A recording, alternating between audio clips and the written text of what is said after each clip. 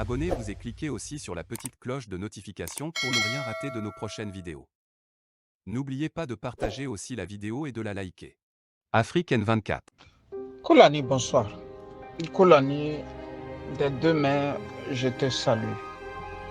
Il faut être Koulani pour faire une analyse d'un discours comme celui-ci.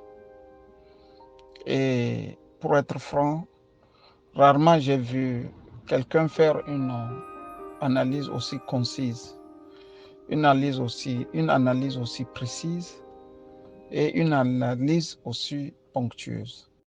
Allô, bonjour Julien. Bonjour, monsieur Colonel. Monsieur Colonel à l'appareil. Oui, nous avons suivi le discours du chef de l'État. Nous, on entendait à la veille, on n'est pas écouté. Et c'est le jour J qu'il a fait le discours. Et nous avons décortiqué ça. Et comme d'habitude, c'est un chef d'État qui fait le discours et puis les actes ne suivent pas. Quand il nous parle de la solidarité, il nous parle du civil, il nous parle de l'autorité, il parle de quoi là? Mais ça ne suit pas. Est-ce qu'il y a de l'harmonie? Il nous parle de l'harmonie aussi dans son discours. Est-ce qu'il y a de l'harmonie entre le pouvoir et le peuple? C'est sur votre chaîne qu'on a demandé qu'il libère les prisonniers politiques. Nous, on attendait ça dans tes discours, non? S'il y a un animicide, que les opposants qui sont à l'intérieur rentrent pour qu'on s'assied. Il y a au défilé. Est-ce que les opposants des partis de politique là étaient là-bas? Non. On me dira qu'ils sont invités. Et sont invités, on les dit souvent, avant de fêter cette fête-là, hein, comme tolérer cette tautologie. Oui, avant d'organiser ça, il faut associer avec les opposants. C'est l'association. Il faut les associer dans l'organisation. Mais on ne le fait pas. Et on continue, vous vous organisez tout seul, et puis vous les invitez de venir. Oh, c'est la seule fête qui unit tous les Togolais. Et il parle de l'harmonie. Et quand on quitte là-bas, on vient au niveau de la vie chère. C'est lui qui a octroyé un prêt imposé aux gens au début de l'année. Et on parle de suspension, on ne dit pas l'annulation. Hein. Oui, mais pour l'instant, suspension. Oui, suspension, cela veut dire plus tard ils vont le payer. Mais c'est psychologique. C'est psychologique. Et le chef de l'État se lève, les maires ont été élus. Hein, ils ont le mandat du peuple. Bien sûr que le chef de l'État est le suprême, mais on suspend les trucs des tickets. Est-ce qu'il est parti s'asseoir avec les maires d'abord discuter? Oui, mais dans la foulée, il a annoncé des mesures pour les maires. Mais il fallait discuter. Dans cette foulée, vous savez, bien sûr qu'il y a la vie chère. Le Togo a ses réalités par région et par chose. Les mairies aussi ont leurs réalités dans tous les mairies. De toutes les façons, moi, je veux qu'on se respecte. Hein, on se respecte dans nos prises de décision. Il ne faut pas faire comme si les autres sont des sujets, vous les dirigez. Et puis, quand ils continuent, même quand vous lisez au niveau des enseignants, donc ils cautionnent le comportement de ces ministres par rapport au sujet et la manière dont on a géré l'affaire des enseignants. Vous voyez, est-ce que c'est la peine qu'un ministre, donc on peut renvoyer tout le monde comme ça dans le pays? Hein? C'est votre pays, c'est vos dirigeants, ou bien c'est ceux qui votent pour vous-même. Vous êtes même des employés de ces gens-là. Au lieu de les écouter, c'est des sanctions, certains sont en prison, certains sont suspendus, certains sont renvoyés. Et vous, le chef de l'État, au lieu de faire un discours poignant pour dire non, tout ceci qui s'est passé avec mes ministres, je les ramène et prochainement ne faites plus ça. C'est ça le papa. Hein? Oh, vous n'êtes même pas. Excusez-moi, il n'est pas le modèle pour nous, là. Pourquoi on les sanctionne dans les urnes? Hein? Non, le chef de l'État n'a qu'à comprendre que nous, on ne l'avait pas, mais il peut mieux faire que ça. Il peut mieux faire que ça, sincèrement. Merci pour votre chef. Bien, merci à vous. Koulani, pour être franc, moi, je n'ai pas lu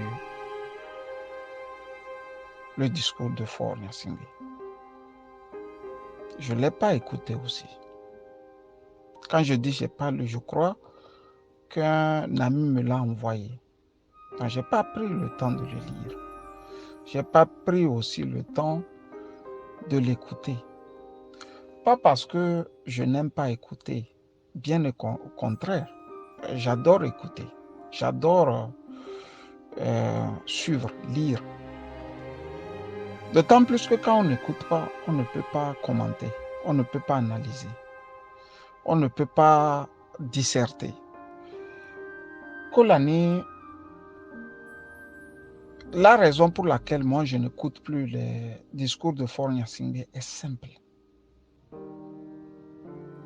Je ne peux pas passer 15 ans de ma vie à écouter les redites.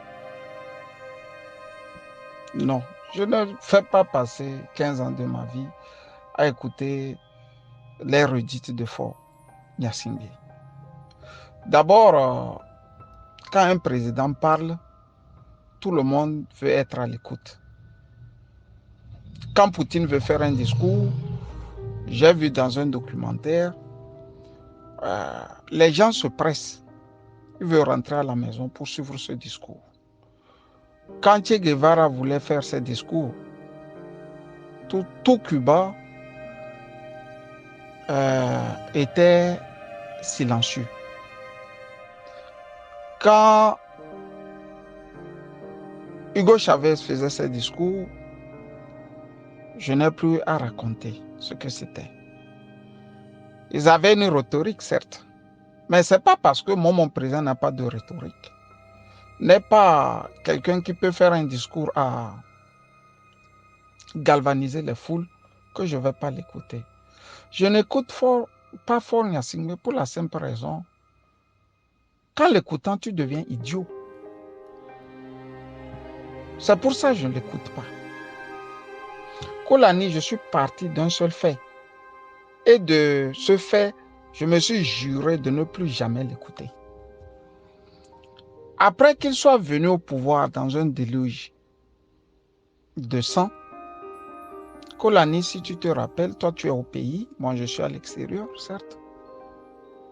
Il était retourné au lieu du crime. Parce que l'assassin revient toujours au lieu du crime. Il est retourné à Tapami.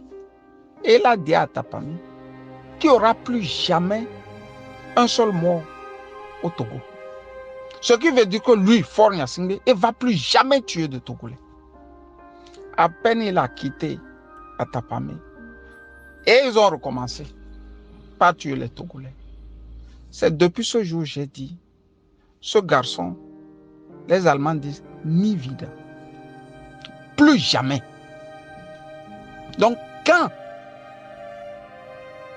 il fait ses discours, je ne l'écoute pas.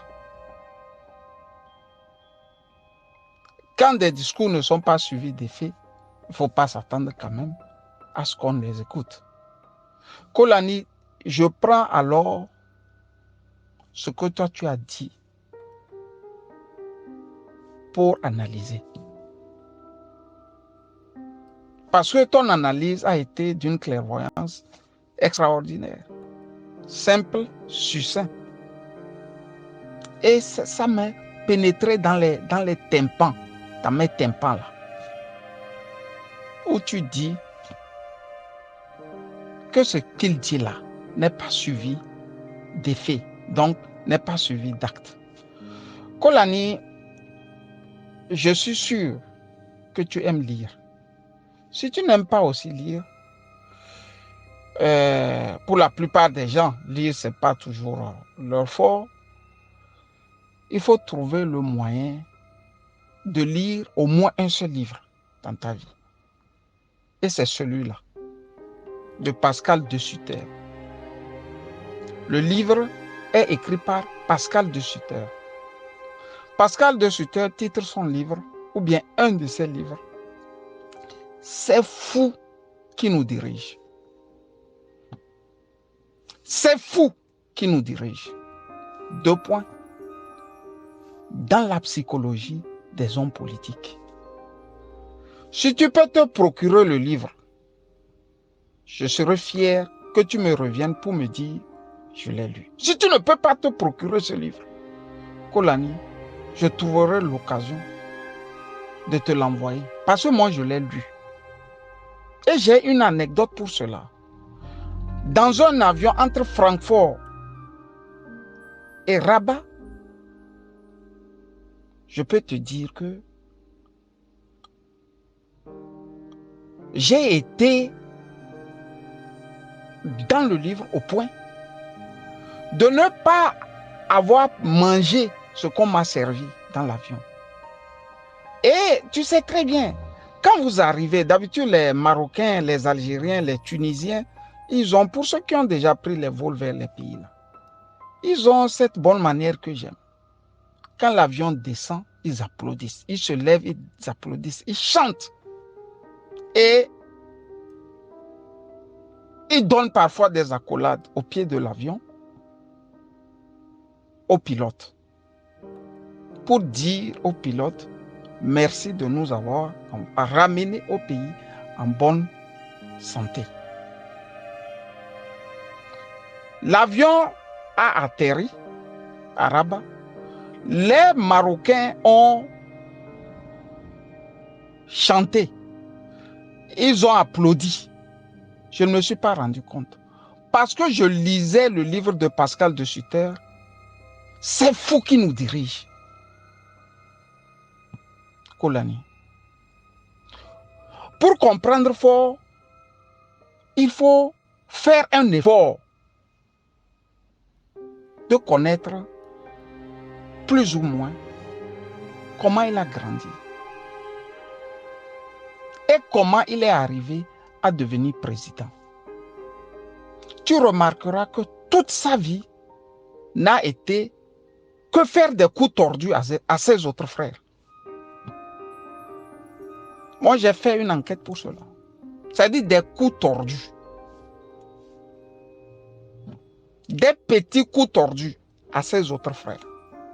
Et toujours fait comme si lui, il était un saint devant papa, comme il l'appelle, son père. Donc, quand vous avez des gens comme ça, il est dans un environnement qu'il interprète à sa manière, qui n'est pas ton environnement et qui n'est pas l'environnement du peuple togolais. Dans sa psychologie, il ne voit pas pourquoi lui, il ne devrait pas diriger le Togo.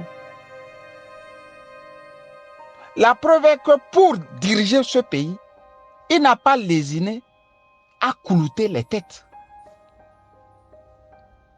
Quel pouvoir, quel pays, toi tu veux diriger pour tuer déjà 400 de tes compatriotes? Le jour que Pascal Bojana va parler, ou le jour où, pardon, Pascal Bojana va parler, c'est-à-dire la République va exploser pendant 1000 fois. Ça, je vous le dis. Si Pascal Bojana l'ouvre, ce pays-là, il va exploser. D'autant plus que il est au cœur de l'avènement de Faure Gnassingbé au pouvoir. Est-ce que Faure Gnassingbé a eu pitié pour le jeter en prison?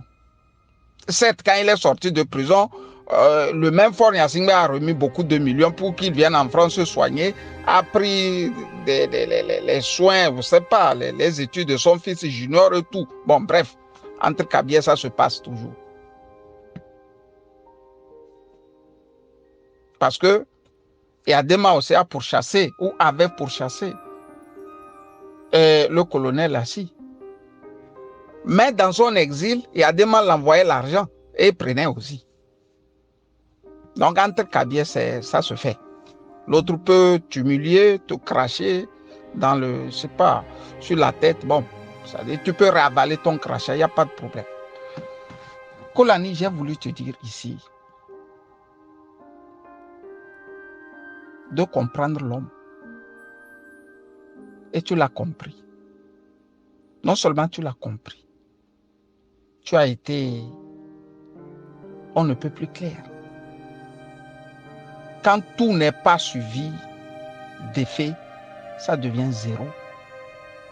Mais pourquoi tout n'est pas suivi d'effet? Tout n'est pas suivi d'effet parce qu'il n'a pas d'opposition. Il n'a pas d'opposition. Kolani, il les a d'abord fait goûter un peu, au point qu'ils ne peuvent plus l'ouvrir. Vous vous rappelez, c'est lors d'un défilé aussi, qu'ils avaient écrit au professeur Ninevi. Le professeur Ninevi est allé là-bas assister au défilé. Mais quand les journalistes l'ont posé la question, mais vous étiez au défilé? Il a dit, ils ont fait un petit pas. Et moi aussi, j'ai fait un petit pas. Les petits pas sont devenus de grands pas. Il est rentré, il a mangé. Sinon, beaucoup mangé. Il s'est replié et nous regarde faire. Et nous regarde faire. Donc, beaucoup d'opposants ne sont pas allés d'une manière visible comme le professeur Ninevi. Ils sont allés d'une manière un peu plus cachée. Donc, il les tient. Toi, prends 20 millions, toi, prends 50 millions, toi, prends 10 millions, toi, prends... C'est comme ça. À la fin, il n'a plus de respect pour eux. Et quand ils sortent pour parler, c'est sans effet.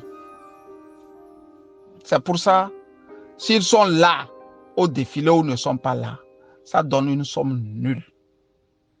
Koulani, je pense que j'ai été un peu plus explicite. Et je pense aussi que tu peux comprendre de quoi il s'agit maintenant. Bonne journée à toi, cher frère, et paix chez toi.